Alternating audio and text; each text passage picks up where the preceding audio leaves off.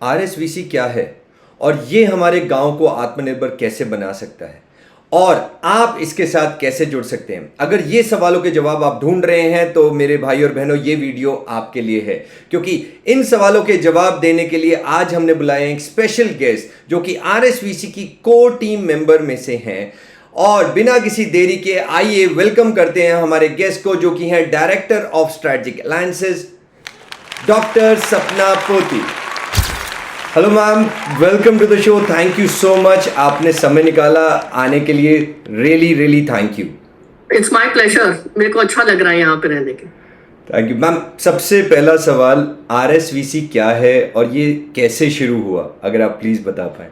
Actually इसका full form है RUTAG e smart village centre. Basically rural smart village centre, जो सबको समझ आता है कि गांव में कैसे तकनीकी ले जाएं, कैसे टेक्नोलॉजीज ले जाएं और उसको कैटलिस्ट बनाकर लाइवलीहुड और हमारे जो एम्प्लॉयमेंट है वो सारे कैसे उसको इम्प्रूव किया जाए। इस वजह से हमने रूटैग स्मार्ट विलेज सेंटर का नाम चूज किया था।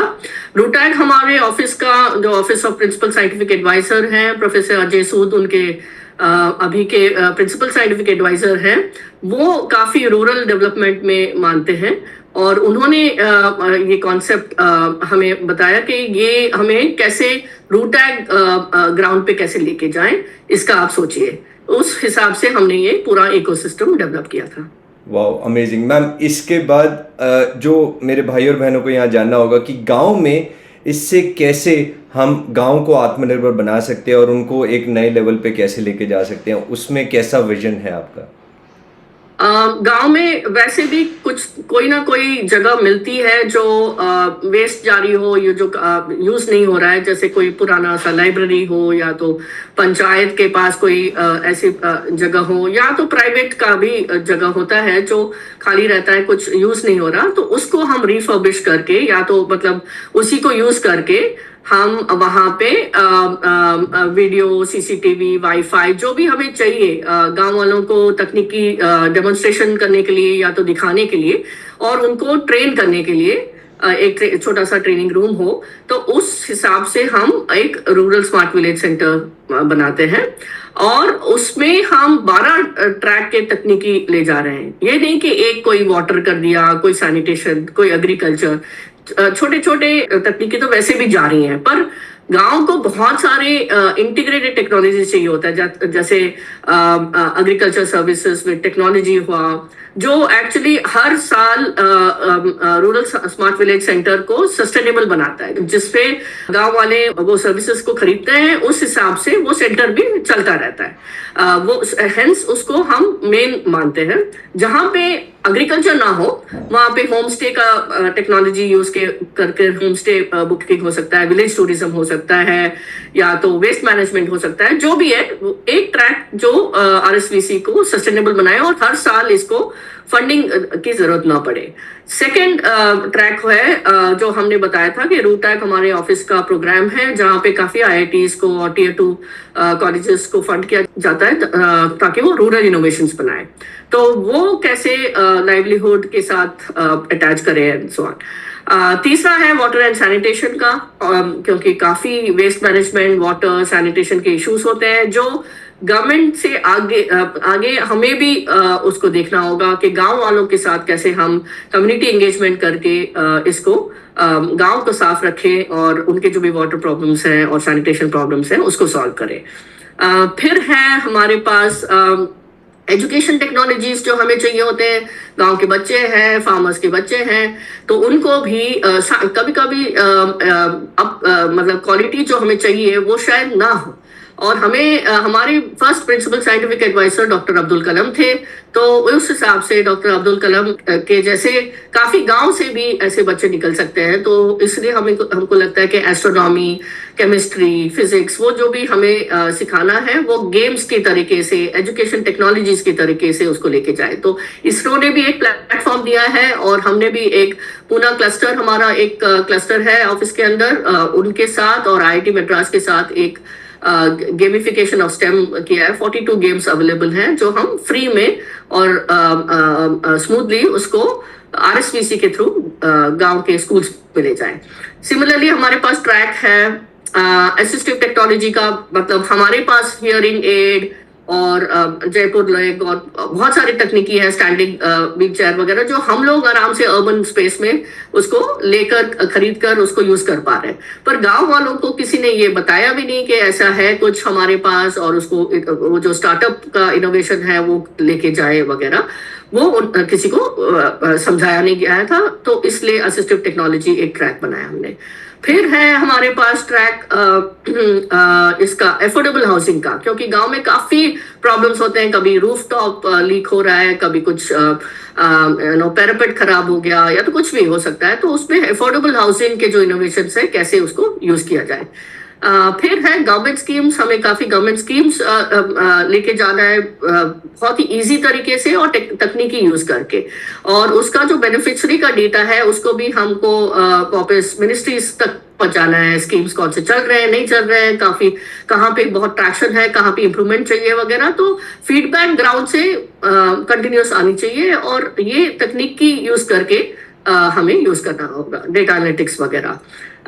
फिर है हमारा टियर 2 टियर 3 कॉलेजेस, जो पास में कॉलेजेस हैं उनको कैसे RSVC के साथ जोड़ा जाए, जहाँ पे ये कॉलेजेस आए, प्रॉब्लम स्टेटमेंट्स लें ग्राउंड का, उसमें कुछ रूरल डेवलपमेंट करें, टेक्नोलॉजी डेवलप करें, या तो जो उन्होंने अभी तक डेवलप किया है या तो रिसर्च आउटकम जो किया है वो उसको डिसेमिनेट करें, गाँव वालों को समझाएं। तो वो भी एक ट्रैक है हमारा।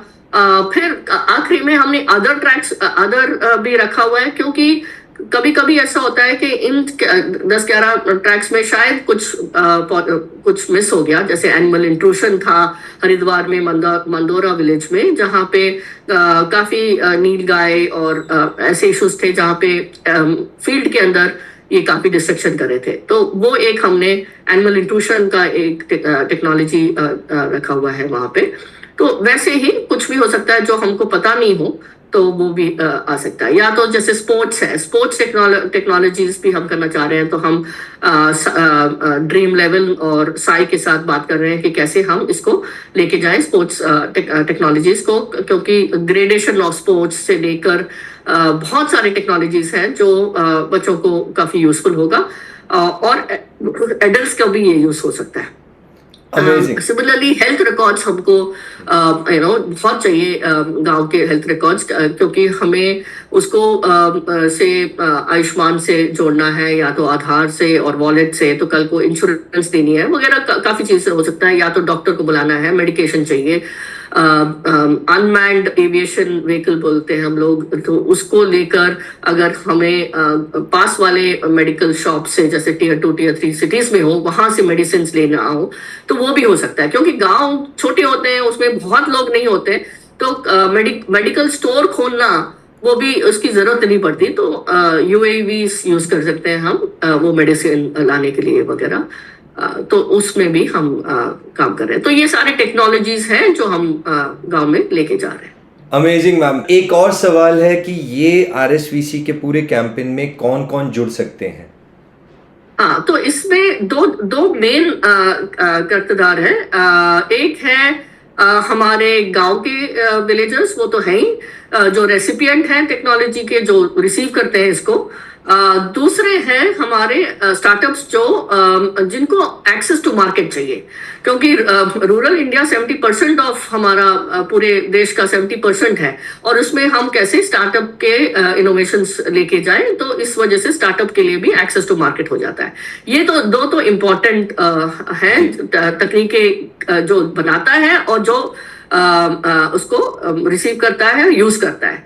पर इसको करने के लिए काफी बड़ा इंजन चाहिए होता है। तो एक है हमारे इम्प्लीमेंटेशन पार्टनर्स, जो बहुत ही इंपॉर्टेंट है, और वो हम गिने चुने ही ले रहे हैं। हमें बड़े बड़े नंबर्स की कोई आवश्यकता नहीं है। हमें है कि क्वालिटी हो और इम्प्लीमेंटेशन पार्टनर्स वैसे हों जो रेपुटेशन उनका बहुत अच्छा हो, और वो इधर गांव वालों के लिए है और अपने लिए नहीं हो। ये बहुत बड़ी बात है कि वो किसके लिए, क्या उनका एजेंडा है, अनकंडीशनल कैसे है, वो बहुत इंपॉर्टेंट है। दूसरी बात ये है कि इनको तकनीकी के साथ बहुत ही मतलब उनको नॉलेज होनी चाहिए कि कोई टेक्नोलॉजी चूज करना है या तो वो अच्छा है नहीं है, इसको कैसे लेके जाए वगैरह, उसका लाइवलीहुड कैसे क्रिएट करें, नेशनल रूरल लाइवलीहुड मिशन के साथ उसको कैसे जोड़े वगैरह। तो इम्प्लीमेंटेशन पार्टनर काफी इंपॉर्टेंट है, और वो है हब और स्पोक है rural smart village centre.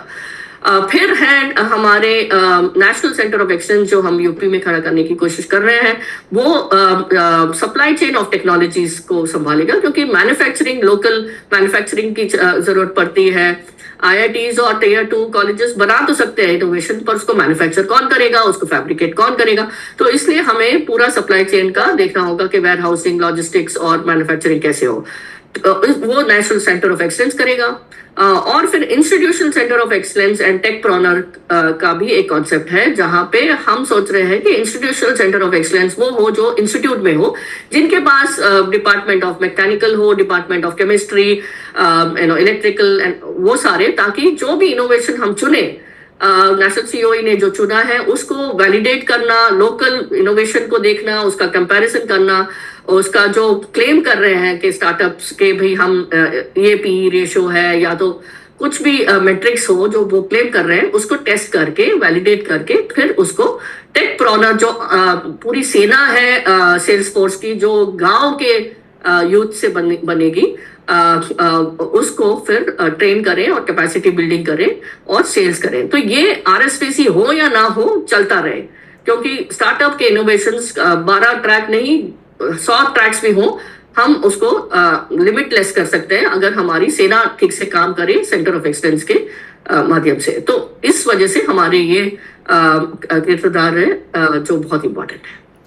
Amazing. तो मेरे भाई और बहनों, किस बात की देरी है? अगर आप स्टार्टअप हैं, अगर आप गांव में अपनी लाइवलीहुड को इम्प्रूव करना चाहते हैं, अगर आप अपने गांव को आत्मनिर्भर बनाने की तरफ लेके जाना चाहते हैं, अगर आप इम्प्लीमेंटेशन पार्टनर बनना चाहते हैं, या अगर आप इसके अंदर किसी भी और तरीके से आप सोच रहे हैं कि आप कंट्रीब्यूट कर सकते हैं, तो आइए जुड़िए इस आरएसवीसी कैंपेन से, और ये ध्यान रखिए कि अगर हमारे गांव आत्मनिर्भर बनेंगे तभी हमारा देश विकसित भारत बनेगा। Thank you so much ma'am. Any last words for the nation? Basically हम लोग सबको जुड़ के काम करना होगा, और इसमें काफी वाइट कॉलर्ड वॉलंटियर्स भी आए हैं जो प्रोफेशनली काफी लिटरेट हैं, काफी उन्होंने अपना काम किया है वगैरह। तो उनको सबको मैं धन्यवाद करना चाहूंगी कि जहां पे भी इस जर्नी में वो आए, हमारे साथ जुड़े, ये जो वो कर रहे हैं गांव वालों के लिए, इसके अच्छे कर्म हमें जरूर मिलेंगे, और हमें ये लगातार करना चाहिए।